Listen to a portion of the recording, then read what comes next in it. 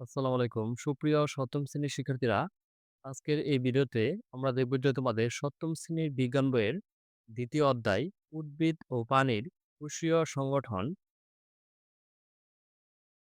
এই অধ্যায়টি আমরা আজকের এই ভিডিওতে বিস্তারিত আলোচনা করব এবং সহজ ভাষায় আমরা এই অধ্যায়টি বুঝার চেষ্টা করব। চলো আমরা দেখে নেই। তোমাদের ৭ম শ্রেণীর প্রত্যেকটি সাবজেক্টের অনুশীলনী সমাধান আমাদের চ্যানেলে প্লেলিস্টে দেওয়া আছে, সেখান থেকে তোমরা দেখে নিতে পারো। চলো আমরা আলোচনা করি যে প্রাকৃতিক পরিবেশে ক্ষুদ্রাতি ক্ষুদ্র জীবদেহ থেকে শুরু করে অতি বৃহদাকার ও উচ্চ শ্রেণীর উদ্ভিদ ও প্রাণীদেহের সাংগঠনিক এবং কার্যপ্রণালীতে প্রচুর মিল এবং অমিল রয়েছে। সকল জীবদেহের মধ্যে সাধারণ মিল বা সাদৃশ্যটি হলো জীবদেহে মাত্রই যে কোষ দ্বারা গঠিত। আমরা তোমাদের এই অধ্যায়টি সহজভাবে দেখে নেই। এখানে আমরা সহজভাবে দেখে নিয়েছি যে ২য় অধ্যায় যে উদ্ভিদ ও প্রাণীর কোষীয় সংগঠন, আদর্শ উদ্ভিদ কোষ। যেমন একটি আদর্শ উদ্ভিদ কোষ প্রধানত দুটি অংশ নিয়ে গঠিত, যেমন কোষ প্রাচীর এবং প্রোটোপ্লাজম। কোষ প্রাচীর যে কি? কোষ প্রাচীর হচ্ছে যে উদ্ভিদ কোষের ক্ষেত্রে যে কোষ ঝিল্লির বাইরে জড় পদার্থ দিয়ে তৈরি একটি পৌরপ্রাচীর থেকে একে কোষ প্রাচীর বলে। দেখো তোমাদের যে সংক্ষিপ্ত অনুধাবন এবং ক ক্ষয়ে তোমাদের এই প্রশ্নগুলো কমন উপযোগী থাকতে পারে। তোমরা খাতার মধ্যে ভালো করে লিখে নিবে অথবা মুখস্থ করে নিতে পারো। এটি সেলুলোজ দ্বারা গঠিত। যেমন প্রাণী কোষে এ ধরনের প্রাচীর থাকে না। প্রাণী কোষের আবরণটি প্লাজমা পর্দা দ্বারা গঠিত, যে কোষের সজীব অংশকে রক্ষা করা এবং কোষের সীমারেখা নির্দেশ করা কোষ প্রাচীরের প্রধান কাজ।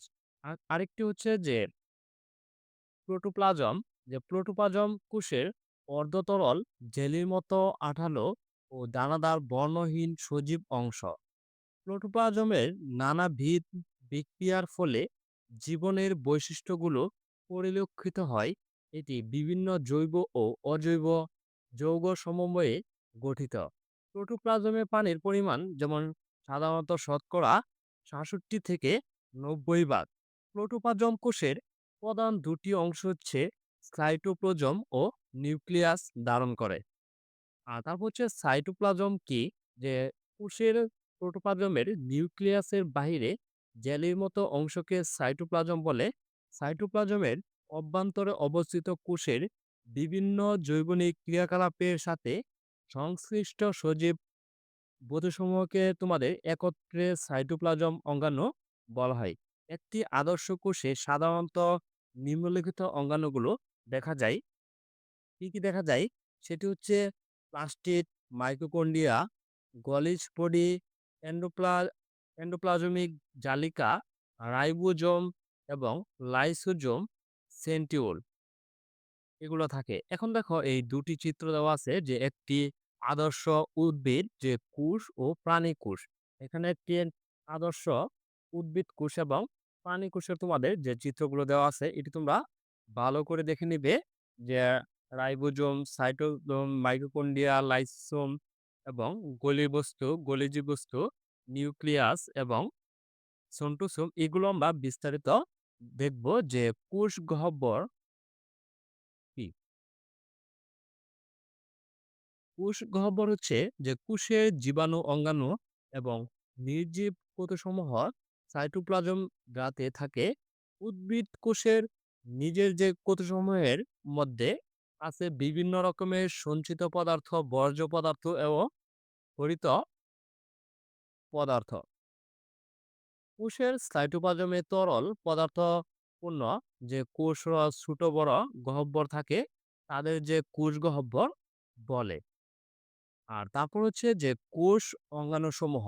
কোষ অঙ্গাণুসমূহ কি, কি? দেখো প্লাস্টিড, যেমন সজীব উদ্ভিদ কোষে সাইটোপ্লাজম বর্ণহীন অথবা বর্ণযুক্ত গোলাকার বা ডিম্বাণুকার অঙ্গকে প্লাস্টিড বলে। এক হচ্ছে সাধারণ প্রাণী কোষে প্লাস্টিড নেই। এই অঙ্গাণুটি উদ্ভিদ কোষের এক অনন্য অনন্য বৈশিষ্ট্য। প্লাস্টিড উদ্ভিদের খাদ্য সংশ্লেষণে, বর্ণ গঠনে এবং খাদ্য সঞ্চয়ে মুখ্য ভূমিকা গ্রহণ করে।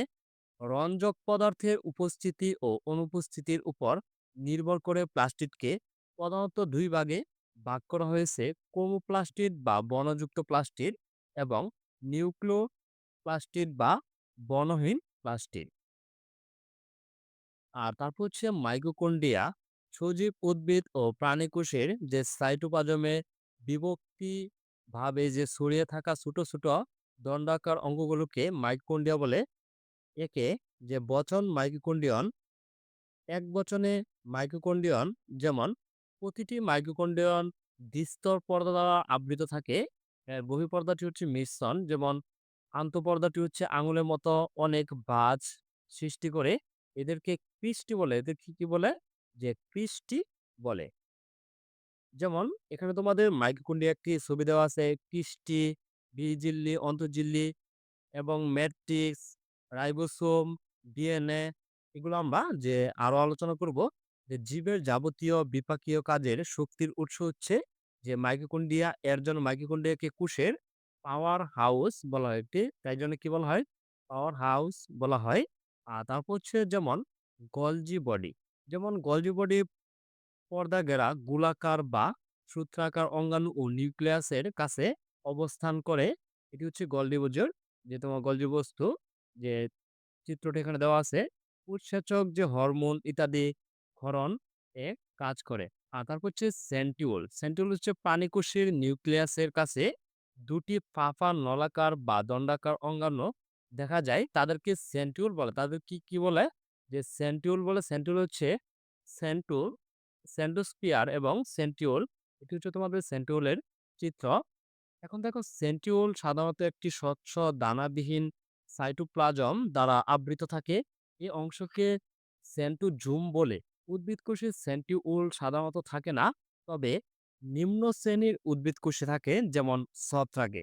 আর তারপর হচ্ছে প্রাণী কোষ বিভাজনের সময় এস্টার গঠন করা সেন্টিউলের প্রধান কাজ। এটি তোমাদের প্রশ্নের মধ্যে থাকতে পারে, তোমরা এই লাইনটি দেখে নিতে পারো। আর তারপর হচ্ছে নিউক্লিয়াস। নিউক্লিয়াস হচ্ছে প্লাটোপ্লাজমে যেমন পর্দা দিয়ে বেষ্টিত সর্বাপেক্ষা ঘনবস্তুকে নিউক্লিয়াস বলে। যেমন নিউক্লিয়াসে কি আছে? Nucleus membrane, nucleus, nucleoplasm, nucleolus, nuclear রন্ধ্র, যে ক্রোমাটিন তন্ত্র, এই সবগুলো মিলে হচ্ছে যে নিউক্লিয়াসের বিভিন্ন অংশ আমরা দেখলাম। এখন দেখো যে প্রতিটি নিউক্লিয়াস ৪টি অংশের সমন্বয়ে গঠিত। যেমন আমরা এই ৪টি প্রথমে আমরা দেখে নিয়েছিলাম, যে নিউক্লিয়াস মেমব্রেন বা নিউক্লিয়ার পর্দা, নিউক্লিয়াস, নিউক্লিয় জালিকা, নিউক্লিওপ্লাজম। আর তারপর হচ্ছে যেমন নিউক্লিয় পর্দা বা মেমব্রেন। এখন দেখো, সজীব ও দ্বিস্তর বিশিষ্ট পর্দা দিয়ে প্রতিটি নিউক্লিয়াস আবৃত থাকে, তাকে নিউক্লিয়ার পর্দা বলে। নিউক্লিয়ার পর্দা অসংখ্য যে ছিদ্রযুক্ত, এসব ছিদ্রের নাম হচ্ছে নিউক্লিয়ার রন্ধ্র। আর তারপর হচ্ছে নিউক্লিয়াস। নিউক্লিয়াসের অভ্যন্তরে অবস্থিত ক্ষুদ্র গোলাকার উজ্জ্বল ও অপেক্ষাকৃত ঘনবস্তুটি নিউক্লিয়াস নামে পরিচিত। নিউক্লিয় জালিকা বা ক্রোমাটিন তন্ত্র।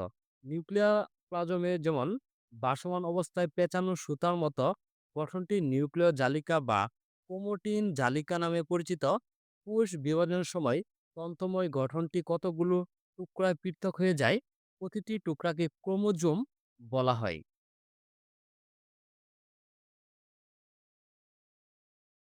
তারপর হচ্ছে নিউক্লিওপ্লাজম। আমরা দেখে নেব এখন উদ্ভিদ যে টিস্যুর বৈশিষ্ট্য ও কাজ। যেমন জীবদেহে এককোষী বা বহুকোষী হতে পারে। সকল কোষ একই সাথে একই রকম ভাবে জৈবিক কাজ সম্পন্ন করতে পারে না। একটি মাত্র কোষ জীবদেহে পুষ্টি, রেচন, শ্বসন, জনন ইত্যাদি কাজ সম্পন্ন করে। অন্যদিকে বহুকোষী জীবদেহে গঠনকারী টিস্যুগুলোর মধ্যে শ্রেণীবিন্যাস ও শ্রম বিভাজন হয়ে থাকে। উৎপত্তির দিক থেকে যে একই রকম, যে কতগুলো কোষ আয়তনে ও আকৃতিতে ভিন্ন অভিন্ন হওয়া সত্ত্বেও দলগতভাবে অবস্থান করে একই ধরনের কাজ করে, সেই দলবদ্ধ কোষগুলোকে কি বলা হয়? টিস্যু বলা হয়। একটি হচ্ছে যে তোমাদের টিস্যু প্রধানত দুই রকম। যেমন এক হচ্ছে বাজক টিস্যু, আরেকটি হচ্ছে স্থায়ী টিস্যু। তারপর হচ্ছে যে বাজক টিস্যুটি কি? যে উদ্ভিদের দেহে যেসব টিস্যুর কোষের বিভাজন ক্ষমতা রয়েছে সেগুলোকে বলা হয় যে বাজক টিস্যু।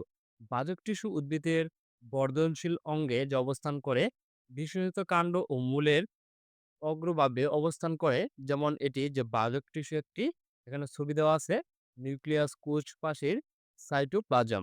আর তারপর হচ্ছে বাজক টিস্যুর কাজ, বাজক টিস্যুর যে উৎপত্তি ঘটায়। আর তারপর হচ্ছে যে স্থায়ী টিস্যু, বাজক টিস্যু থেকে উৎপন্ন বিভাজন ক্ষমতাহীন যে নির্দিষ্ট আকৃতিযুক্ত পরিমাণ টিস্যুকে স্থায়ী টিস্যু যে বলা হয়।